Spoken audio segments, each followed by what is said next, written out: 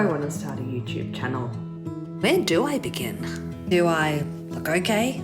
And how am I not going to make this awkward? I guess we'll find out. Hi, I'm Sarah, and if you're new here, well, that makes two of us because this is my very first YouTube video. So why now? Why do I want to start a YouTube channel? Don't I already have a life now that I'm 45?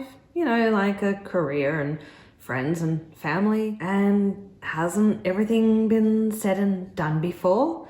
Am I not concerned I'm just going to embarrass myself because I'm a little bit old and boring and irrelevant? To be honest, I'm kind of tired of just sitting on the bench. There are so many other YouTubers out there encouraging people like me to join the game because there's so much to talk about. Like breaking down the myths and misconceptions that midlife is something to dread. But it's not, and I think so many people fear it and find that, you know, well, what else can you do in your 40s? All your firsts are behind you. Like getting married, buying a house, and becoming a parent. Or parent. I mean, yes, it can get monotonous. It can feel like all you're doing is living your life on repeat. Like get enough sleep, wake up early enough, get in as much exercise as you can, try and eat healthy meals between work and parenting. Now I'm just feeling like it's a time for a bit of a change. A little bit of reinvention because it's so easy to forget those defining moments that you had in your 20s and 30s. For instance, I spent quite some time traveling around the world by myself, learning new languages, living and working in different countries. So now I'm trying to help myself remember that. There are certainly things that I have experienced, skills that I've gained, things that I am enjoying and things that I want to try, places I still want to go. And actually starting a YouTube channel is my way of documenting the remainder of my life because I want to acknowledge those things that I'm grateful for. I want to go back to 20 and 30-year-old me and let them know that, you know, you're going to be okay. There's still things to look forward to. Life will always have its struggles, but it will also be incredibly enjoyable. And life is full of adventure, and it's those moments of the unknown, taking a little risk here and there that brings you the most joy in your life. And I thought when I was younger that by now I'd know everything. But that kind of didn't turn out to be the case. I'm still learning, I'm still growing. I'm still finding out what I want to do when I grow up. Because having tried so many different things, I haven't actually found my passion. I haven't actually found the thing that I can slot into really easily and enjoy. And being able to try this as a creative outlet is something that it's something that I feel like I'm incredibly privileged to be able to do.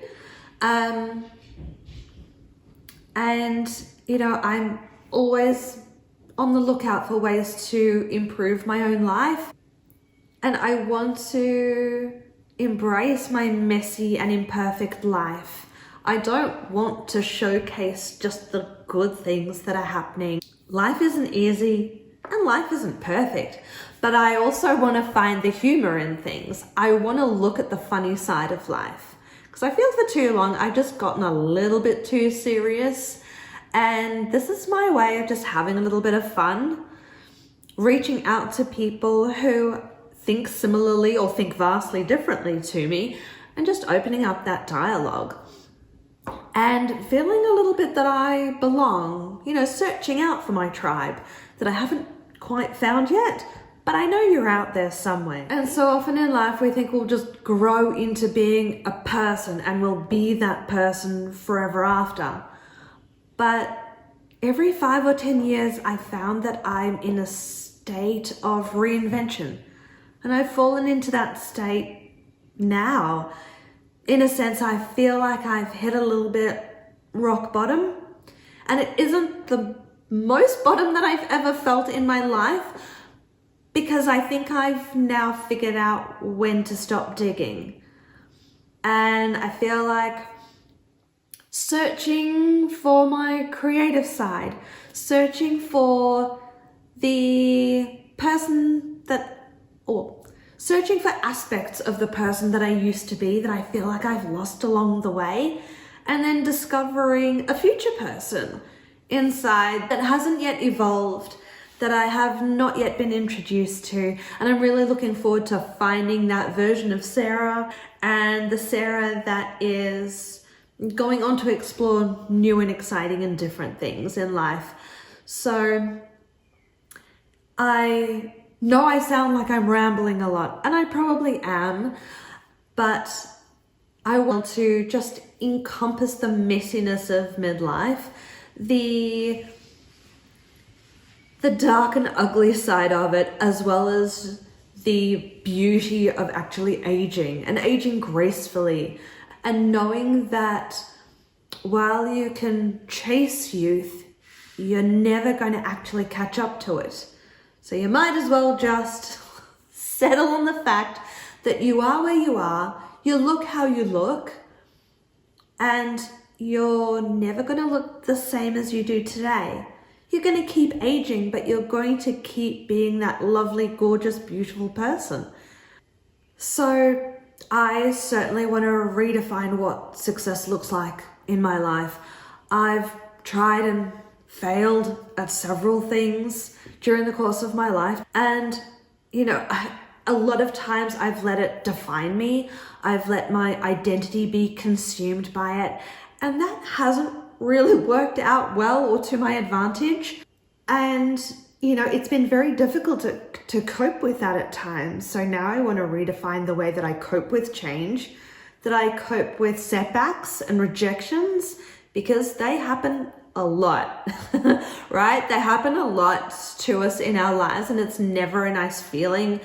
And if you don't have that emotional awareness, it can be quite detrimental to you and your health.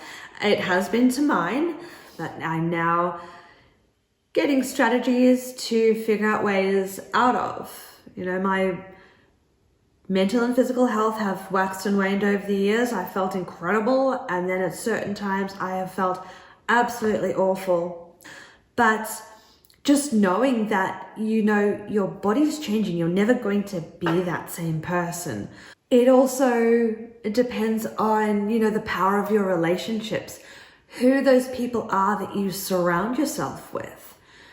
How do you maintain those, and how can you ensure that they're sustainable and that they actually make you feel good to be around those people, and not feeling like you have to be stuck with the same people if that relationship is no longer serving you? How do you break up with a friend? How do you break up with a partner? Not that I've had to do it for a very, very long time, but it's still something that's incredibly difficult to do, and you question yourself. It's certainly things that I want to explore, and things that are currently happening to me, and things that may happen to me in the future, that I want to make sure that I am capable of going through those experiences with some intelligence and grace, and that I can feel like I've done the best job that I can, and that I am the best person I can be to my friends, to my family, to my husband, to my dog. And I really want to embrace that curiosity and reinvention, because you don't know what's going to happen in your future, and being brave enough to embrace those changes and have that help along the way, and be able to share my thoughts and ideas with you, and understand how you're coping with it. Are you coping with anything like this? So here's to new beginnings, to finding and embracing those freedoms that come with being in your mid-40s, and to no longer giving a shit about what other people think, and starting to live life on your own terms. Because I'm curious to see how to thrive at this stage of life. And I'm still doing this despite the creeping doubts that I'm not going to be good enough. I'm not good looking enough. What I'm going to talk about won't resonate with anyone, and I'm just going to be a little bit cringe. So I'm hoping you'll choose to stick around.